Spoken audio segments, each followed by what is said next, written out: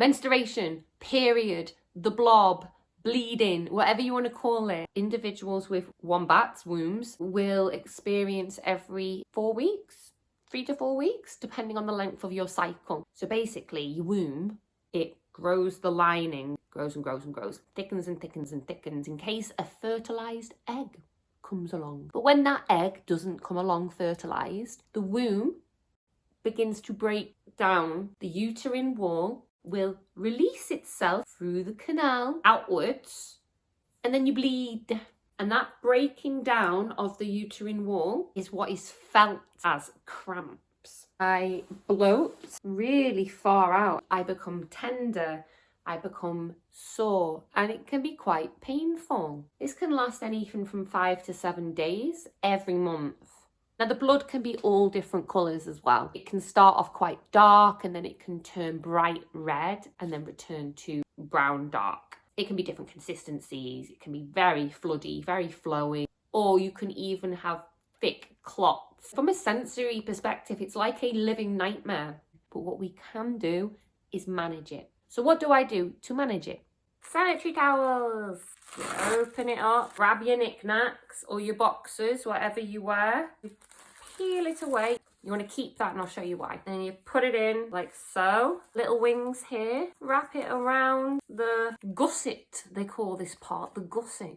And then you pop them on. You'll bleed on your pad. Pads are difficult though, because sometimes you'll bleed further up or down, so you can get different size and different thickness in pads too. When you've used the pad, you'll know when it's time to change, because the pad will feel quite heavy, and after like 3-4 hours you may want to change to freshen up. So you take the wings back, rip it off, so you're going to be touching the sticky part here. You roll the used pad up. I get the wrapper from the previous one, wrap it up.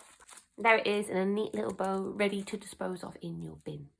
Tampons. We take the wrapper off. Now these are actually inserted into your vagina. Say this is the vagina. You put it just on the entrance, and then you push up into the hole, and then your fingers will meet the entrance. That's when you then push slowly until it can't go anymore. Your vagina now be holding this, and then you pull this away, and the entrance of your vagina or genitalia hole will have a little cotton string poking out, and this will absorb all of the blood internally. Tampons, you need to change them every 6 to 8 hours. Do not leave them in for more than 8 hours because of the risk of blood being in your body when it needs to be released.